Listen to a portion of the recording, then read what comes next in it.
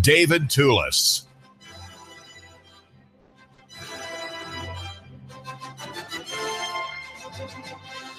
We are live on YouTube and, of course, on Facebook. And if you go to Facebook, you can see a bit of the uproar and crowds at Camp Jordan here in East Ridge. There's a great big event going on. It's an educational event for all families with children, or maybe older couples who have grandchildren coming in. Even they will be able to prosper by visiting the many exhibitors, probably 60 or 70 exhibitors there in East Ridge.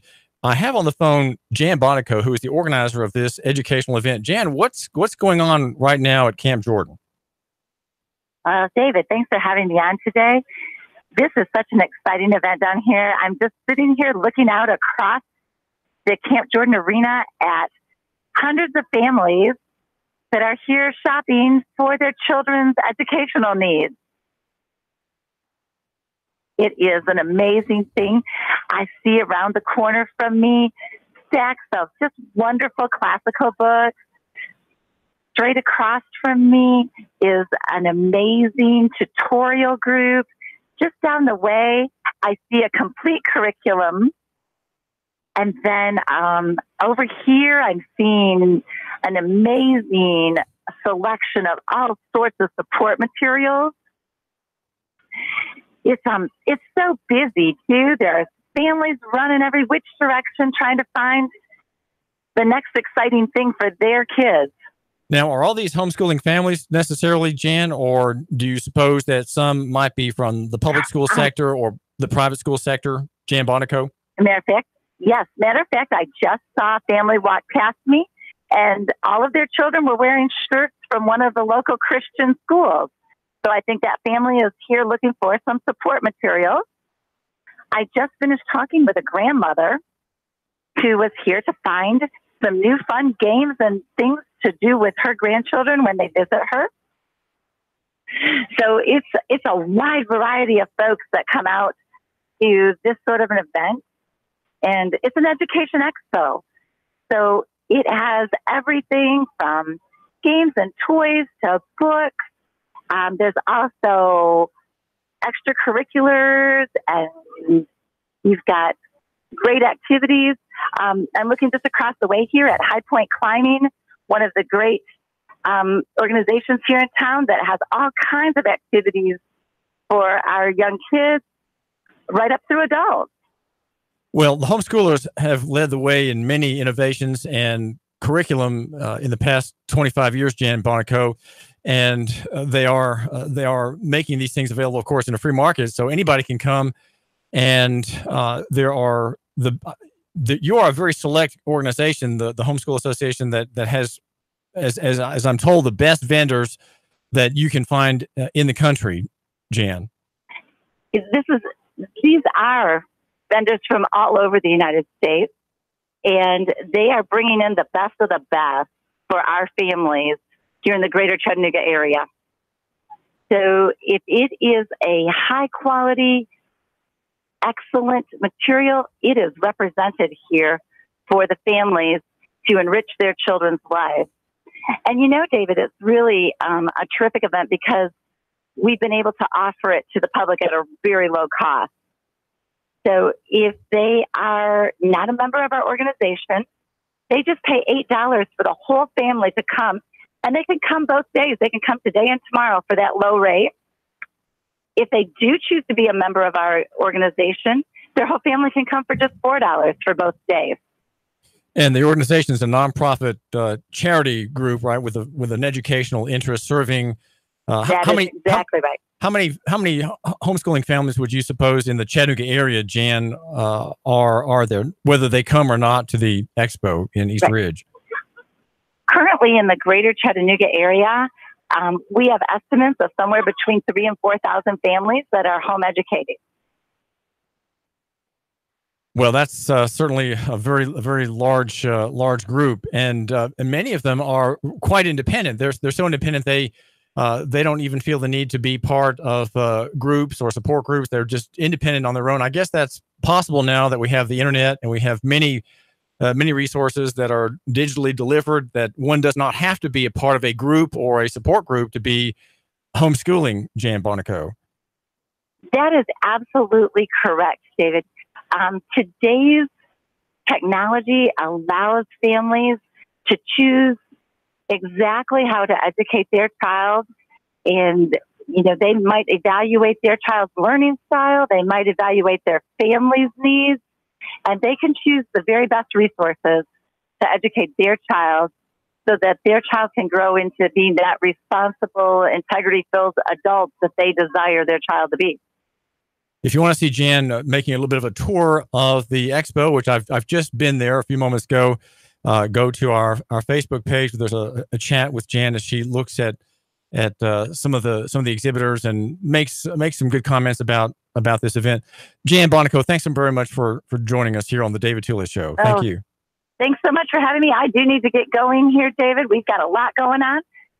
Hopefully some of your folks can come down and see us. Well, I sure encourage my listener to do that. And again, we've been talking with Jan Bonico, who is the organizer of a very large event, an educational event, family-centered learning, and with a lot of, you might say, among the ideas that are in the literature and books and volumes, there are, you might say, traditional, old-fashioned, constitutional-oriented, and certainly very biblical understanding of the world and of man's place in it. That's the material that you find there. And I've bought many books there myself. My wife and I are participants. We are homeschoolers. And that is me, David Tulis. Thank you for tuning in today. We are 92.7 FM and 95.3 FM HD4, high definition digital channel 4, very, very rich delivery. I argue that you should love your neighbor and buy local. And one of the pitches I made about the idea of physical being better than abstract touches on the expo going on today in East Ridge. It's an essay that I put out on Nuganomics.com, our sponsor here on the David Tulis Show. And I point out that when you are looking at things online, there are certain things you can enjoy. You can enjoy rapidity of movement. You can hop from place to place. You're not bound by the slavery of geography, right? The slavery of place and the physical world. And you can shop online, and many people do that. In fact, the fact that shopping online is so current and so practical has hurt elsewhere. Homeschool expositions such as the one here, but the one here is going very strong, and I think went higher last year in the number of people attending it. So you are certainly able to go today and meet people, and that might be a good thing, is just to meet people who are maybe different than you, maybe well ahead of you in their ideas, maybe well ahead of you in practice, especially if you're thinking about doing something in the private sector, really caring about your children, and you're confident perhaps in your high school or junior high school teacher in the public school, and all is well and good there, but somehow you're not quite sure that there's enough, and maybe your son or daughter, maybe a grade schooler, needs more and needs something different, and maybe you're not so sure about the ideas of what your children are learning in the state factory school, which is my shorthand for the industrial model of education, which intends to make children very similar, right? You're not supposed to be going to public school to find your individuality and your own private and maybe secret and untapped genius. That's not why you go to public school. You go there from the purposes of the founders of that system and the organizers of it today, to be made like your child, to be made like other people. And that is to say, in the end, having common and ordinary ideas that touch on the great benefits, the great strong points of evolutionism and materialism, and compliance with edicts of the state, and certainly things that would drive a man to start a business, or a teenager to start a business, to break the mold, to be outside the box, if you will, to go against the stream. Those things are to be discouraged, and for good reason in the public sector. And that is because if you read histories such as that written by John Taylor Gatto, one of my favorite writers, he's a Roman Catholic humanist who gives people like me, a Calvinist, a hard time. I get a very hard time in his books, but he's probably one of the best writers about the history of education in America. The big book, his force majeure, you could say, is a volume called The Underground History of American Education. One of my favorite books. And I argue that you should love your neighbor and buy local. Near is better than far, small than big, and simple than complex. And these ideas are not trademarked. Okay, you can be loco-centric in your town if you happen to be just passing through Chattanooga, or if you're tuning in on Facebook or better yet on YouTube Live. We argue these points, and you can be in Belgium or in Sydney, Australia, or on a prairie in Oklahoma, and have these ideas applied to your domain. And in the footnotes, there are footnotes with David Toulis, always footnotes. He's the blogger who has a lot of starchy legal concepts in some of his work. And my daughter Abigail in Holland at the moment on an art fellowship said, "Dad, I really love your work, even though there are kind of legal analyses that kind of slow things down, right? Clog things up a bit." But in the footnotes there, personal is better than corporate, and physical is better than abstract.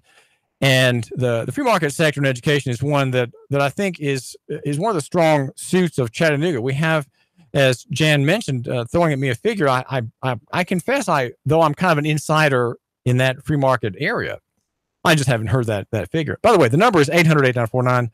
Do call me with a question or a comment, and or if you have a problem you want to solve, maybe you have a problem, call me 800-8949, 800-8949. Maybe you have a question, because I am the smartest guy with a bow tie in Chattanooga, the blogger with the biggest pen. That pen is maybe about 180-foot tower on the top of one of we call them mountains here, but they're just large hills in Tennessee. Signal Mountain. We are. My pen is there on the mountain. I type out or do talk to text dictation on my phone, and there you read what I have to say concerning the deep state, even here in wonderful, amazing volunteer state, Tennessee. We are the volunteer state, and I like the idea of being a volunteer because voluntarism is a part. I would say voluntarism, the idea of the volunteer relations of people being highlighted and favored, is a part of the free market analysis, and even for people who are going to be going to church in a couple of days or maybe even tomorrow, voluntarism and the voluntary life, that is part of what they hear, right? It is a fruit of Christianity. Christianity, the only system in human history that has seemingly self-contradictory components, but which really do all hang together. It is, after all, Christianity, which has the thing called systematic theology, right? and only the best part of that system of life and practice and idea cohere into a single system that explains really everything. If we could just have the time and had enough good writers and people who had time to read and to think, to explore. And well, we have hundreds of years ahead of us, I expect, and we will be doing better with our analyses. Though here right now on the David Toulis Show, it's 2018. It's July 19, and I'm glad you're giving me just a couple minutes every time. Love your neighbor and buy local. A wonderful concept. Now, listen, I've got a bit of prison news. And I owe my correspondent. I have a correspondent in the prison system, and that reminds me I need to get a hold of Nasa Taylor for a follow up on an earlier segment we had about the men with grievous mental problems, formerly called multiple personality disorders. And she gave me a kind of a quaint and quick answer. She's very quick sometimes when she answers quick. The spokeswoman for the corrections department. But Grenda Harmer, the man whose name sounds like it comes from a Faulkner novel, is telling me that he is facing retribution. And I think I may have mentioned, if you're just joining us today, this is a part of a letter from Grenda Harmer. And it is a copy sent from friends outside the system. He is at Morgan County Correctional Complex in Wartburg, Tennessee. And the story to Governor Haslam is that Grenda Harmer has been explaining how gangs are supplied contraband through the staff, and he names staff members. And he says, I've highlighted a couple of paragraphs here in a 2-page missive from his very nice hand. He's a man with a legal bearing, And when he gets out, I hope that Grenda Harmer can work projects with me here in the David Toulis domain, where we are trying to serve the poor and the oppressed and the common people and immigrants and other people who will benefit from the freedoms that we hope to have given to them. Benefits and liberties stolen by whom? Yes, you have it right. By the good people in Washington and the good people in Nashville. So Grenda Harmer says that since November 2017, I've been focusing on these officials and staff lack of security and allowing drugs and tobacco into this facility. Around April, I believe, I began noticing Protective Custody Unit PCU number 1 staff were leaving the front outer door unlocked. Okay, unlocked door. Good, you maybe can escape through that door, but other things are happening. So PCU number 1 inmates could get drugs and tobacco from gang members. I provided names, dates, and times. Even the regular, and I've gotten these letters. He's my correspondent, so I get, I and the real expert on Tennessee prisons, Sharon Rondeau in Connecticut, a woman in Connecticut, a blogger, is the leading journalist on Tennessee prisons, oddly enough. Even the regular assigned staff, Corporal Wagner, he says, Officer Dishman, and Corporal Perry, Governor Haslam is now reading, allowed drugs and tobacco into PCU Unit number 1. I even suggested drug testing all inmates in PCU number 1. This should have been done throughout MCCX, that is to say, Morgan County Correctional Complex.